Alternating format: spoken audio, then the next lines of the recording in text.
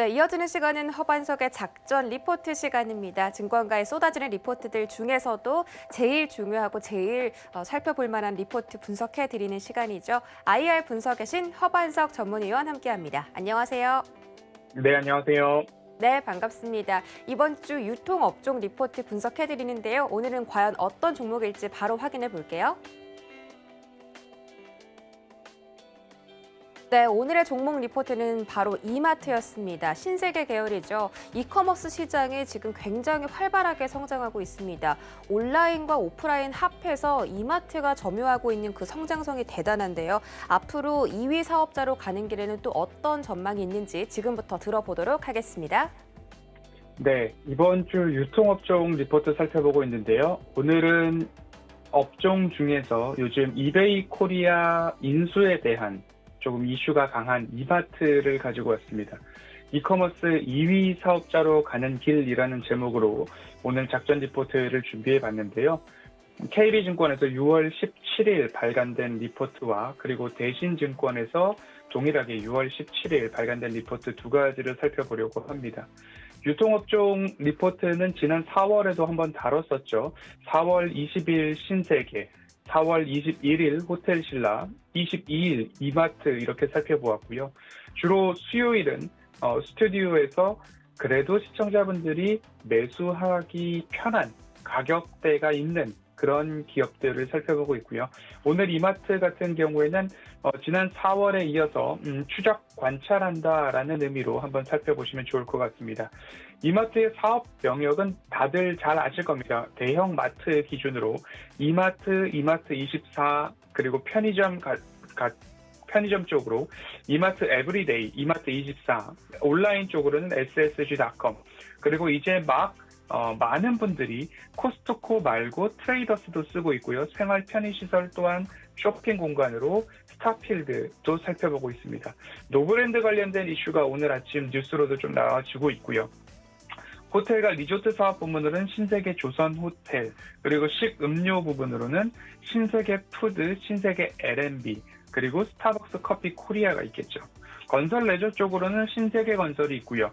IT 서비스 쪽으로는 신세계 INC까지 이마트의 연결 자회사로 포함되고 있다라고 보시면 좋겠습니다. 신세계가 붙는다고 해서 모두 다 신세계의 자회사가 아니라 이마트의 연결 자회사로 편입된 기업들이 있는 만큼 이마트의 연결, 매출과 영업이익 또한 연말로 가면 갈수록 조금 더 집중해 볼 수 있겠다라고 말씀을 드리고 싶고요. 꾸준히 관찰하는 이유는 유통업종이 그래도 자신 있는 업종 중에 하나다라는 말씀을 드리고 싶고요. 그 중에서도 반복해서 그 기업들의 리포트를 꾸준하게 보고 방송에서 언급을 드리는 이유는 그만큼 매력적인 부분들이 있다라고 이해를 해 주시면 좋을 것 같습니다. 이마트의 그럼 현재 매력적인 것이 무엇이냐? 죄송합니다. 라고 말씀을 드리면 이마트는 스타벅스 커피 코리아의 지분을 가지고 있는데 그 지분을 조금 더 확대해 나가겠다라는 부분은 뉴스와 방송을 통해서 많이 말씀을 드렸습니다. 지금 핫 이슈는 이베이 코리아의 지분 인수 관련된 부분이죠. 이베이 코리아의 지분을 인수했을 때 기존 ssg.com의 시장 점유율과 거래 대금까지 합쳤을 때에 쿠팡을 넘어선 시장 2위 사업자가 된다는 이야기가 현 구간에서는 가장 큰 이슈입니다. 국내 쇼핑 주요 플랫폼들을 보면 네이버 쇼핑, 쿠팡, 이베이 코리아, 11번가, 롯데온, 그리고 ssg.com까지 있을 텐데 이베이 코리아와 쓱닷컴, ssg.com을 합산했을 때에 쿠팡을 넘어서는 거래액으로 좀 보시면 좋을 것 같고요. 그리고 플랫폼 시장 점유율을 봤을 때에도 네이버, 이베이 코리아, 쿠팡, 기타, 그리고 ssg.com인데 이베이 코리아와 ssg.com을 합쳤을 때의 합산 점유율이 15%까지 오르기 때문에 이 구간에서는 시장 2위 사업자로 올라서는구나 라고 보시면 좋을 것 같습니다. 이마트와 네이버의 컨소시엄으로 이베이 코리아의 지분을 인수를 하겠다라는 보도가 이어졌는데요. 지금 보도가 이제 업데이트되는 내용들을 보면 네이버는 이 지분 인수에 그래도 일단 한 발 빼는 모습으로 보도들이 이어지고 있고 이마트가 단독으로 이베이 코리아의 지분 80%를 인수하는 방향으로 조금 가닥이 잡혀가고 있는 그런 모습입니다. 네이버 같은 경우에는 가격이나 활용도 면에 있어서 조금 고려해 볼 필요가 있다라면서 한 발 빼는 모습인데, 네이버는 네이버의 자사주를 활용한 지분 교환 방식으로 이베이 코리아 지분을 인수하는 방법을 조금 제시를 했는데, 이베이 입장에서는 이베이 코리아 지분을 매각할 때에 현금으로 인수하는 방식을 딜 조건으로 내걸어서 그 사이에서도 이견이 있었던 모습으로 보도들이 이어지고 있습니다.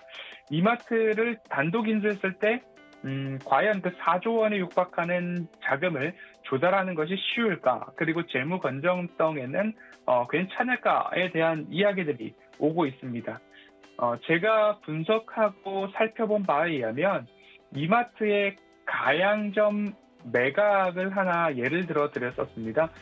장부 가치로는 약 450조, 480조의 장부 가치를 실질적으로 매각을 했더니 6,800억 원에 매각이 되었죠. 그러면 PBR 기준으로는 어마어마한 차이가 나기 때문에 장부 기준의 현금 여력과 실제 매각했을 때 부동산 가치가 전혀 어마어마하게 차이가 난다라는 부분으로 봤을 때에는 재원 조달의 어려움은 그렇게 크지 않을 것 같다. 오히려 향후 이베이라는 옥션, G마켓, 지구라는 이 플랫폼을 어떻게 SSG.com과 녹여낼 것인가. 그러므로 거기에 있었던 점유율이나 유저들의 외부 이탈이 없을까. 이런 부분들, 오히려 인수 이후의 부분들을 걱정해야지 재원 조달의 어려움은 금융인수 또한 여러 금융사에서 참여를 하고자 하는 부분들이 보도로 이어지고 있기 때문에 크게 어렵지 않고 부동산이나 삼성생명 지분을 활용한 부분으로 조금 살펴보면 인수에 있어서는 크게 어렵지 않을 것이다 라고 보도되는 것이 대세입니다. 두 번째로 스타벅스 커피 코리아의 지분에 대해서 조금 말씀을 드리면 현재는 50%의 지분을 가지고 있습니다. 하지만 80%로 이 지분을 늘려서 연결 자회사로 이제 편입을 하겠다라는 목표가 좀 강한 것 같습니다. 스타벅스 커피 코리아의 20년도 기준 연결 영업이익은 지금 점포 수는 이렇게 되고 있습니다.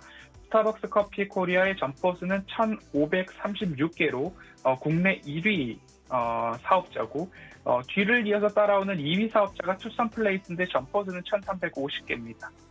매출액은 스타벅스 커피 코리아는 1조 9천억 원이고 투썸 플레이스는 3,655억입니다.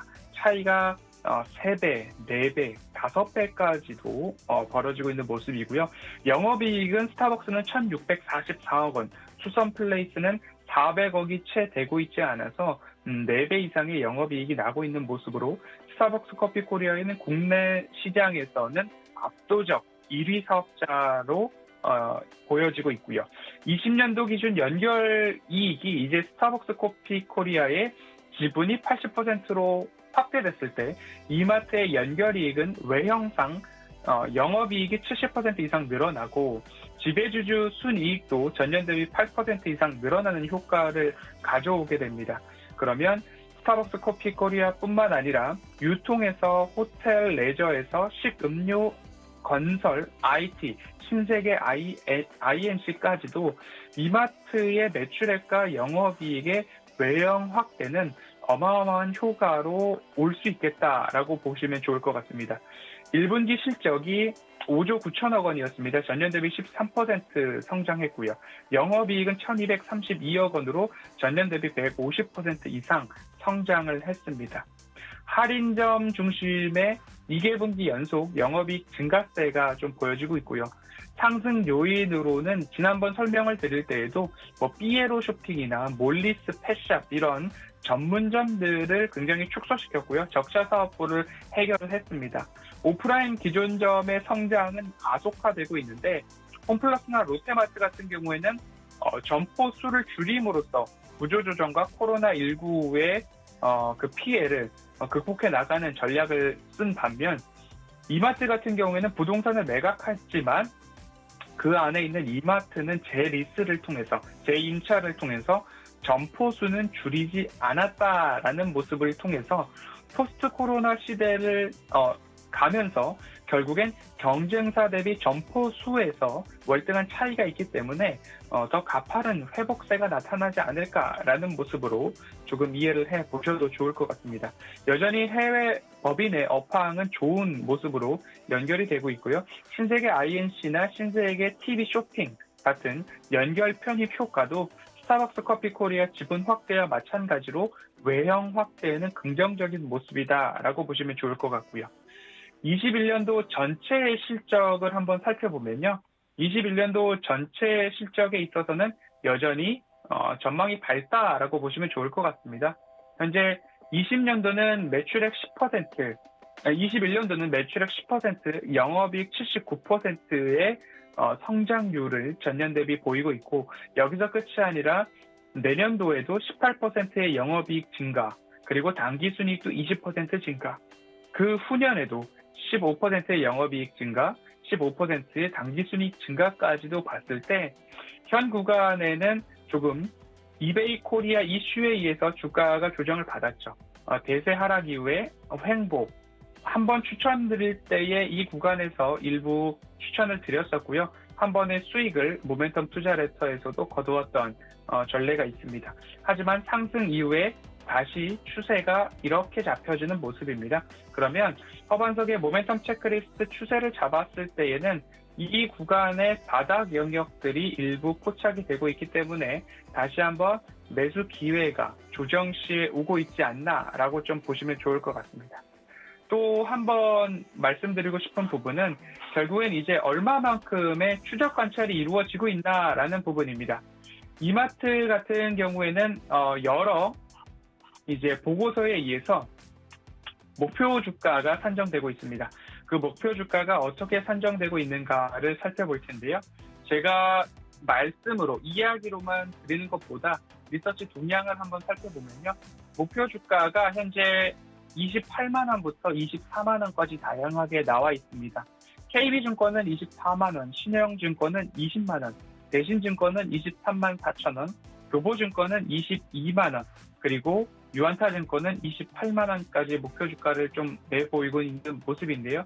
현재의 이베이 코리아 이슈가 현재 핫 이슈로 자리를 잡고 있습니다.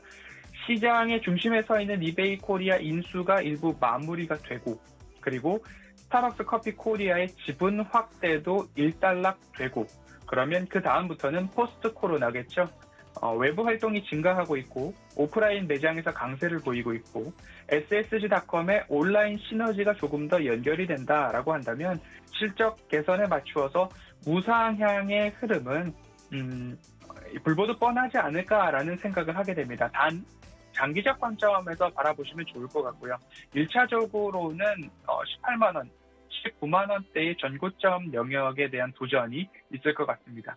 유통업종 대응 전략을 여전히 제가 말씀드릴 때에는 실적에 대한 부분들 늘 강조해서 말씀을 드리고 있지만 신세계도 그렇고요, 현대백화점도 그렇고요, 호텔신라도 그렇고 유통 섹터에서 조금 살펴볼 수 있는 기업들에 있어서는 주가가 많이 회복해 있는 상황입니다. 그렇기 때문에 현재의 이슈와 이벤트에 의해서 조정이 나온다라고 한다면 그 가격적인 매력이 현재 매수가 가능한가를 따져보시고 다만 장기적 관점에서 접근을 하셔야 조금 더 편안하게 이끌어갈 수 있겠다라는 말씀을 드리면서 유통업종 전반에 있어서는 실적을 꼭 보셔야 되겠다라는 말씀 꼭 드리고 싶습니다. 오늘 이마트는 여기까지 살펴보고요. 유통업종과 관련된 이야기들은 노란톡 오픈 채팅방에서 함께 논의를 하고 있으니까 참여해 보셔도 좋겠다라는 말씀 드리도록 하겠습니다.